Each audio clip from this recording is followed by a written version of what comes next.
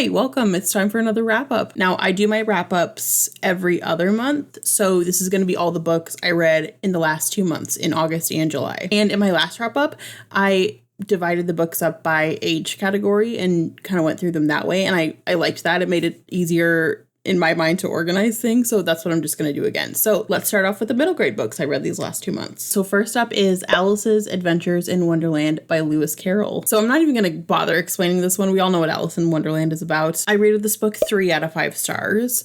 So I can kind of see where people might like it or have fun with it just because it is so wacky and whimsical and fun and out there. But honestly, personally, I didn't have a great time with it. First of all, let me just say, I like Alice as a protagonist. I think she's a strong young girl and she kind of bravely faces the weirdness that is presented to her in Wonderland that she accidentally falls into. So I liked that. I liked being with Alice as she's going through this whole new world. That said, I didn't really like the plot of this one too much. It wasn't really even that much of a plot. It was just kind of a bunch of these little interludes that Alice moves continually through. It just didn't hold my interest. I didn't really care in the end. I could see what Lewis Carroll was going for here, but I didn't really connect with the weirdness for weirdness' sake, kind of. Everything was just a little too random and nonsensical, and some of the scenes went on for way too long, which is funny because this is a really short book. So the fact that there was just some scenes that never ended,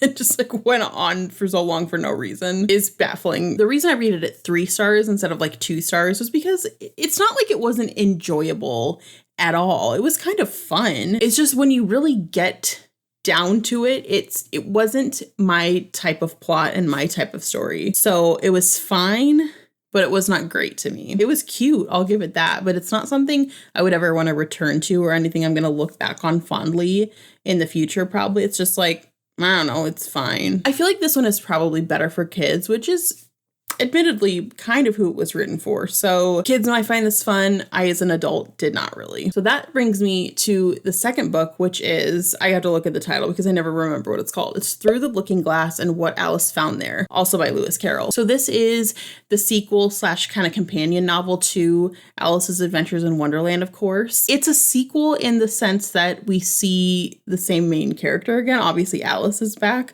but I don't think there's any other repeat characters from the previous book. That's why I feel like it's more of a companion book rather than like an actual sequel. Anyways, this one differs from the first one. The first one, Alice actually falls through, the rabbit hole and falls into Wonderland. In this one, she goes through a looking glass, a mirror, and finds a whole new world that way. And she meets a whole cast of new characters here. And it's kind of the same thing. She goes through these little interludes of weirdness and randomness until she finds her way back home. And this one I honestly enjoyed even less than Wonderland. I rated this one only 2 stars. The positive thing I have to say about this, probably the only positive thing, is that it felt really consistent with the first book. So between the two, there's really kind of a cohesion of style and, the world and writing and all that kind of stuff. So going from the first book to the next book, it's a smooth transition. So if you like the first book, you're probably going to like Through the Looking Glass too. But again, all my criticisms from the first book kind of carry over here too. And this one, I think I just rated 2 stars instead of 3 because I was kind of over it at this point. Like, the reason I picked this one up, the reason I wanted to read it was because I was like, they're both really short. Why don't I just read the second one just to get the whole story?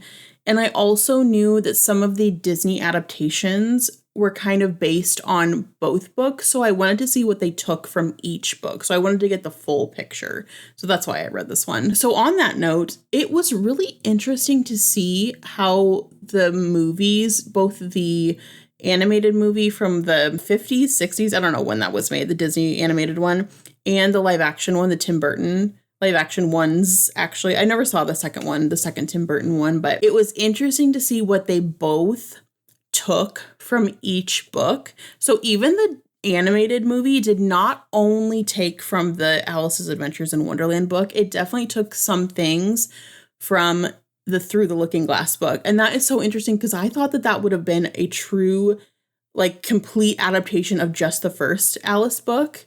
But it wasn't. There's elements from both books brought into both of those adaptations. So that was just really interesting to see. I never realized that. And it's also funny because I don't know that in the second book, she actually is even in Wonderland. I think she's just through the looking glass into whatever world that is. Whatever. These books were very absurdist. I mean, if you're thinking of absurdist fantasy, Alice in Wonderland is probably near the top of that list, but it was just too, like I said with the first book, it was too random kind of and nonsensical to really hold my interest and capture me. So these books just didn't really work for me at all. Okay, next up is The Wonderful Wizard of Oz by L. Frank Baum. So you can see a theme between the last three books that I was kind of wanting to read some more classic fantasy. And with this one, again, everyone knows what The Wizard of Oz is about, so I'm not even going to explain the plot of this one. I did rate this one 3 out of 5 stars. So if I can just compare this book to the Alice books real quick, I actually enjoyed this one quite a bit more, to be honest. This book had much more of an actual plot, like an actual narrative through line,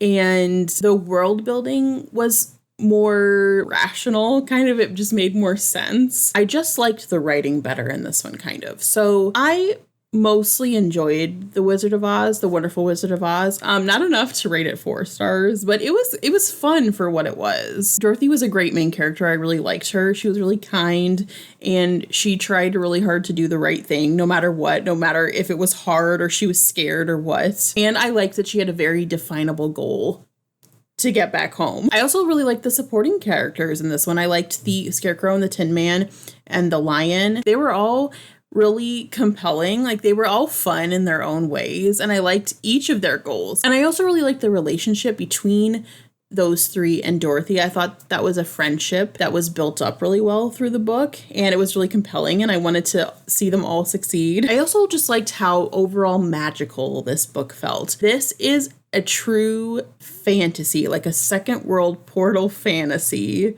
and it was really cool and it was really cute. And Oz is cool. Like, this book made me want to read more Oz books. And thankfully there's so many. There's like 14, I think, by L. Frank Baum alone. And then other authors continued on with Oz. But I'm glad that there's more because I want to keep going. I want to learn more about the world. I also kind of feel it was a good mix between a traditional kind of high fantasy and a fairy tale story. Like, the plot itself was kind of more fairy tale-ish, but the world building made it feel like a true high fantasy. It was just really cool what the author was able to do here. I also think that this might be blasphemy, but I actually like this book better than the Wizard of Oz movie. I've never really liked the Wizard of Oz movie.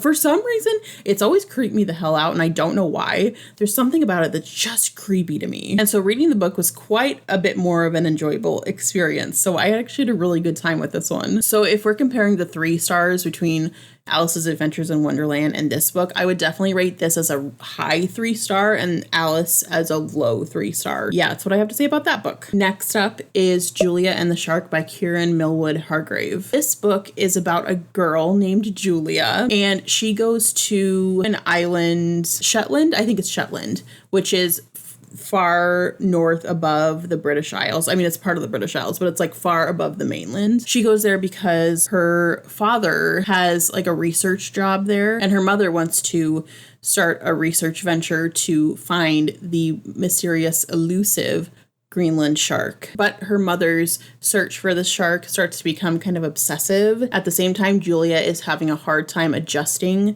to these changes in her life, her new kind of life in Shetland for the summer. They're only there for the summer, not forever, but still she's having a hard time adjusting, and tensions just keep building and building and building. And that is the book, and I rated it 5 out of 5 stars. It was an incredible middle grade book. First of all, the contents of the story, the plot was really engaging. It was very dramatic. I really liked the themes of both mental health here and environmentalism, 2 things that I think are really important things, and I'm glad to see them in a kid's book. I think that's super cool, and I like that it's an important thing that kids could see in the context, like a safe space, like a book, a kid's book. And I, as an adult, liked it too. The pacing was really good. I flew through this. I mean, obviously, it's a middle grade book, so it's pretty short and the reading level is pretty easy. But even so, I think I read this in 2 days. So that signals to me it was pretty good. It kept me turning the pages. It also didn't feel too rushed, which is impressive seeing as how this is less than 200 pages. So the fact that it's so short and it didn't feel rushed, it was paced really well. And beyond the contents of like the plot and the pacing and all that stuff, the actual physical book was gorgeous. So I believe it was the author's husband who illustrated this book. And I think every single page had some sort of illustration or art or coloring on it in some way. It was always shades of black and gray and yellow, this really bright yellow. It transformed the story so much. It gave life to all the words that were on the page. It was just this really gorgeous, incredible experience of reading this book. It just made it so engrossing. It was beautiful. I loved this book inside and out. So that is the end of the middle grade section. Let's move on to young adult. Okay, first up is Our Violent Ends by Chloe Gong. This is the second book in the These Violent Delights duology. Second and final, obviously. So if you're not aware, These Violent Delights is a retelling of Romeo and Juliet set in 1920s Shanghai. The rivaling families from the original Romeo and Juliet have turned into rival gangs. And in this book, the Romeo and Juliet characters, Roma and Juliet, are dealing with the aftermath of a madness outbreak in Shanghai, and at the same time dealing with rising tensions between the gangs and rising tensions between the multiple political parties that are each trying to take control of Shanghai and its surrounding areas. So this book, I rated 2 stars. I rated the first book. I rated These Violent Delights 1 star. I talk about that in my last wrap up, my previous wrap up. I really disliked that book, like so much. And this book is definitely a step up from that. So I feel like I had to give it 2 stars. But that being said, I still really didn't like it. I didn't like it at all. I wanted to see how the story ended. Like, I wanted to see how she was going to end the Romeo and Juliet story, to see if she would stick to what happens in the play or go a different route. I was really curious to see what she was going to do. That's the whole reason I wanted to read These Violent Delights in the first place, was just to see how she was going to reimagine the plot line from the play. I didn't want to read it from a plot summary. It felt like cheating. So I needed to actually read the book to figure it out. So that's what I did. And, you know, like I said, it was definitely an improvement over the first book. You can see where Chloe Gong worked on her writing. She definitely improved in it. I do have to give her props for that. This one was so much more readable than the first book. I had so many problems with the writing of the first book. Just the fact that the way that she constructed her sentences in a lot of cases was so bizarre that I had to go back and reread and just be like, what are you saying here? I still didn't like any of the characters. None of them were super compelling to me. I still think the romance was super weak and like all tell and no show. I think the world building got even worse in this one. I didn't follow the political plot of this almost at all because she didn't explain it like at all. And like, I don't know if I'm just supposed to know about things that happened in history and be like, well, you don't need to explain it to me because it's historical, but I needed an explanation. And also, I mean, this whole entire duology was way too long. It didn't even need to be a duology. It should have been 1 book. I don't know why she split it up. There's no reason. And I have a whole host of other complaints and things to say about this book and the previous book. And I am going to say that all in a separate video. I'm going to have a dedicated video talking about this book, this whole duology, really. So I'm going to kind of cut myself off here so I can save all that for that video. I actually have it filmed already. I just need to edit it. So I'll leave it for future me to explain why I really, really disliked this duology. So that's all I have to say for now. More to come on this book. The next book I want to talk about is Castle in the Air by Diana Wynne Jones. This book is actually a companion book to Howl's Moving Castle, also by Diana Wynne Jones. It's a companion rather than a sequel in the same way that the Alice in Wonderland books were, where some of the same characters from the first book do appear in this book, but the plot of the first book does not directly feed into this one. They're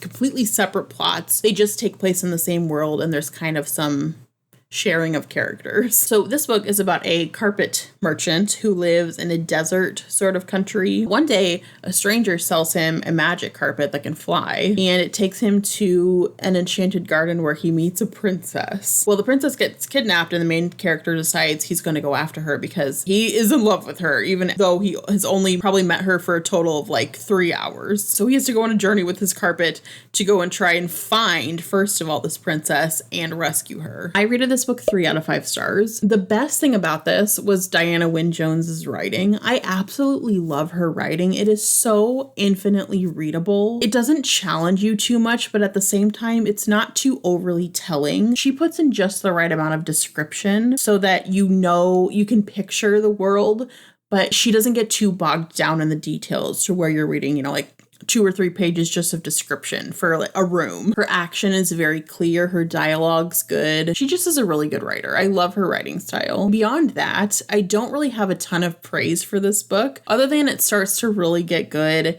in the last like third of the book, maybe. The last third of this book has a bunch of like twists and turns and a bunch of excitement, and the plot really gets going, and the climax of this book is really fun, and there's more female representation, female empowerment in the last third of the book too. Before that, it's kind of a sausage fest, not gonna lie. But the first 2/3 of the book were not super enjoyable, mostly because I didn't really like the main character. I thought he was pretty unlikable. He was pretty whiny. He wasn't fun to follow. The reason I rated it 3 stars is because of the ending. If not for that, I would have rated it probably 2. But, you know, even with the things I didn't really like about it, I really liked Diana Wynne Jones's writing style still. So that was a breath of sunshine in this otherwise not great book. Okay, the only other kind of young adult book I have is actually not a book, it's manga. I read more of Bleach, which is a shonen, so I'm counting that as YA. I read, and I don't even remember which volumes, I'm gonna have to look it up and I'll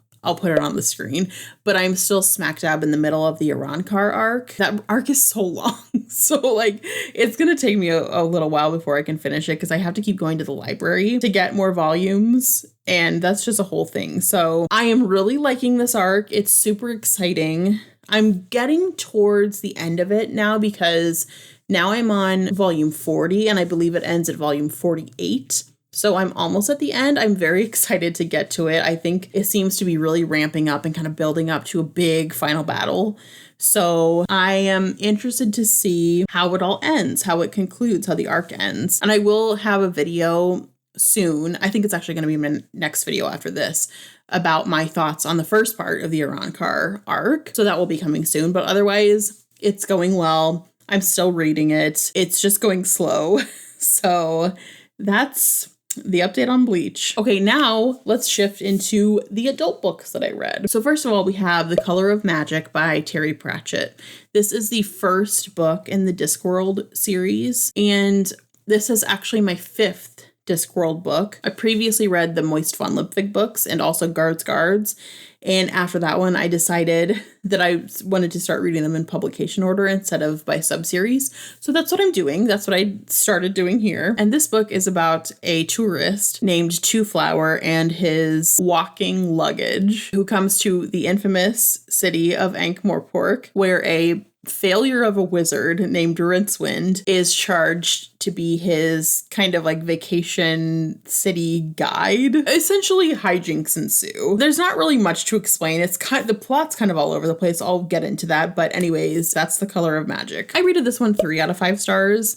This is kind of like Wizard of Oz, where it's a pretty high 3-star rating. I didn't quite feel I wanted to move it up into a 4-star read, but it's a pretty solid high 3-star. It's funny because whenever you think about reading Discworld, it feels like everyone wants to warn you away from this book and or just apologize profusely for it and be like, it's not the best. Please don't judge Discworld by this one book. It gets so much better. Pratchett improves so much. And so I was really kind of guarded going into this one. I'm just like, okay, you just have to get through it. It's fine. Just push through. It's short. You can do it.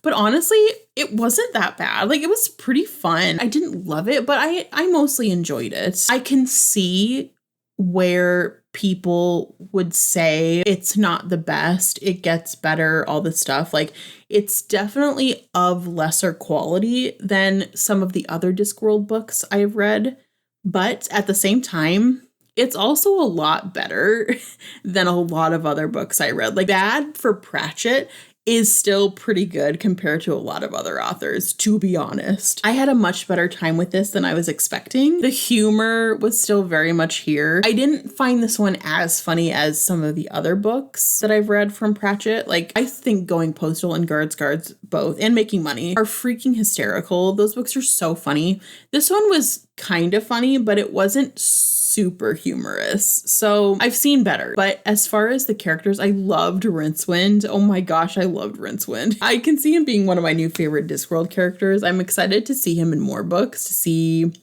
what kind of arcs he goes through, how he evolves, what he's up to. I really liked Rincewind. I love that he's described as being the worst wizard. I think it says something about he's like the worst wizard ever. I love that. It's so funny. It's such a good kind of, I don't know. I like a good underdog, so it really worked for me. I also really liked Two Flower, the tourist. He was the perfect tourist. I loved his attitude. I loved how positive he was. I loved how he wanted to see all of the dark parts of Ankh-Morpork. He wanted to see a tavern brawl. He wanted to see like thievery and all this stuff. God, he was just a delight. And the freaking luggage, man. The luggage was kind of almost the animal companion trope, but instead of an animal, it's just a suitcase. That was so fun. I'm continually impressed by Terry Pratchett's imagination and what he puts into these books and just what he thinks of. And something like this sapient pearwood luggage that follows Two Flower around, follows its master, its owner around, and is like almost a guard dog of sorts. It's like, again, kind of the animal companion trope, but with a twist, is so freaking fun. I love it. It's such a joy to read. I also loved Hrun. I thought he was gonna be like a villain, almost an antagonist, but he just ended up helping Two Flower and Rincewind, and that was really fun. I liked their kind of dynamic between those three. That being said, my complaint about this book was that I didn't love that it didn't have a super strong plot. It was kind of more like 4 different episodes of things that happened that weren't really super connected. It was just like 4 random things that the characters got into, and that's just not really a style of storytelling that I like, to be honest. It's just not my favorite thing to read, and it kind of dragged for me a little bit because I was like, okay, where is this going? Like, I want it to be leading to something, and I didn't really get that in this book. So that was kind of a negative. It wasn't my favorite part about the book, but other than that, this was pretty enjoyable. Okay, the next book is The Light Fantastic, also by Terry Pratchett. This book is the second book in the Discworld series, and this book picks up exactly where The Color of Magic left off. It's a direct continuation of that story, which was nice. But in this one, the characters and the whole of Discworld, I guess, really notices that their world seems to be moving toward a red light in space, some sort of red light. And they think it's the end of times, it's the end of the world, they're all gonna die. And somehow it seems to be that our wonderful wizard, Rincewind, is supposedly the savior of the world and the savior of the apocalypse. So everyone's after Rincewind, and again, just like with Color of Magic, hijinks ensue here. So this book, I loved this one. I rated it 4 out of 5 stars. I really enjoyed this one. I definitely think this was a step up over The Color of Magic. I really liked the plot and the pacing of this one. It was super fast paced. It was actually a singular focused narrative. There were subplots, but it was still from the beginning of the book to the end of the book, it was a straight narrative line. So it was much more focused, and I really enjoyed that. I still really liked Rincewind and Two Flower here. I liked the evolution kind of their relationship, their friendship. They go from, obviously they don't really like each other. Well, Two Flower, I think, likes Rincewind, or at least finds Rincewind interesting. Rincewind doesn't really like Two Flower at first, but starts to kind of understand him and tolerate him. Maybe that's the best we ever get, is just tolerating. But by the end, you know, they sort of become closer, they connect, and I think you could call them friends by the end, even if Rincewind might not admit it. But it's fun. Their dynamic is really fun. I think Terry Pratchett is really, really good at setup and payoff. There's a lot of things he set up that really come back at the end of the book that are so satisfying and so fun. And it makes the climax of this book really fun really, just really good. The only thing I will complain about with both this book and the previous book is I wish he had better female characters. I know it gets better. I mean, even the next book, which I believe is Equal Rights, he's got some really good women in that book. So that's probably my only complaint with this book. There is one woman, I forget what her name is. She was fun. The one that was gonna marry Cohen. I love that plot line. But I still wish there was more. Otherwise, really enjoyed this book. I can't wait to continue on with Discworld. Okay, and the final book I have to talk about today is The Magician's Daughter by H.G. Parry. I actually finished this book just yesterday, so this one's fresh. This book is actually set in the early 1900s. It's about a girl named Biddy who grows up on this magical island that's shielded from the rest of the world. It's hidden by magic. It's a site of a lot of ancient magic. There's fairy lore, and she's lived on this island her entire life, so she's never seen anything of the outside world.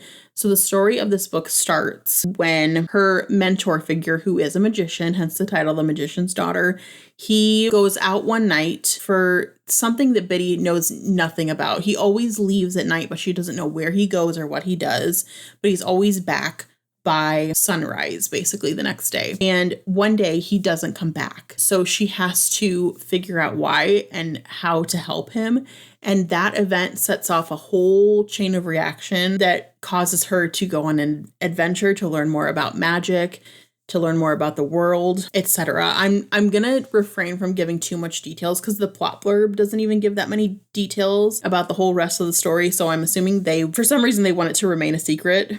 So I'm going to keep it secretive too, but that's the basic premise of the book. I rated this one 4 out of 5 stars. This one was really good. I really, really liked it. I would just call it such a magical book. Magic was such a big part of the story. I loved it. I love the main character, Bridget. Her name is Bridget, but they call her Biddy for short. I really liked her. She's a really strong main character. She was only, I think she was 16. Or 15, 16. Her arc is kind of a coming of age kind of character arc. It's done really well. It's really well executed. Leaving home, experiencing the world, and the fear and kind of scariness that comes with it is super relatable to me. And I just like that she had so much courage even when she was really scared. Like, I always just find that super endearing with characters, just because I'm pretty sure that I would not be that way. So when I see it happening, I'm like, go girl. I also really liked the relationship between the main character and her guardian figure. I thought it was a really just sweet relationship. The reflection on it and the kind of examination into it was really touching. It was just a really good character relationship. It was kind of the backbone of the whole story. And it was really nice. What I really liked in this book was the use of a soft magic system. I think it fit this book really well. I'm actually a huge fan of soft magic systems. I kind of prefer them that way, to be honest. So this was right up my alley. I think it just imbued the story with so much wonder. That's kind of my favorite part of fantasy, is the magic, the not knowing. So I really enjoyed that. And I liked the historical setting here. I liked that it was kind of set in our world, just in the past. So it made it feel kind of close to home while also being otherworldly at the same time. It was just a good kind of combination of those things in my mind. I was thinking about how to categorize this book. At once, it kind of feels like an extension of urban fantasy, almost. It's like cozy fantasy. It also feels like historical fiction, and it's also kind of an adventure fantasy. So it's just a blending of all these subgenres at once while not really truly being any of them. And I think the blending was really good. It all just worked really well for me. The only complaint I have is that I don't think it was paced super well. I think the beginning was pretty slow, and also kind of the beginning of the third act was pretty slow too. I had trouble with both those sections, so because of that, I didn't really want to give it 5 stars. So I settled for 4 because the rest of it was paced really well. It was pretty exciting. The plot was fun. I liked the characters. I liked the world. I liked the magic. So other than those kind of pacing issues, I think this is a really solid book. It was very enjoyable, and I liked it. All right, so that was all the books I read in July and August. That's all I wanted to talk about. That's all I've got for you. If you read any of these books, I would love to know what you thought of them. Other than that, until next time, I guess just have a really great day or morning or night. Fare thee well.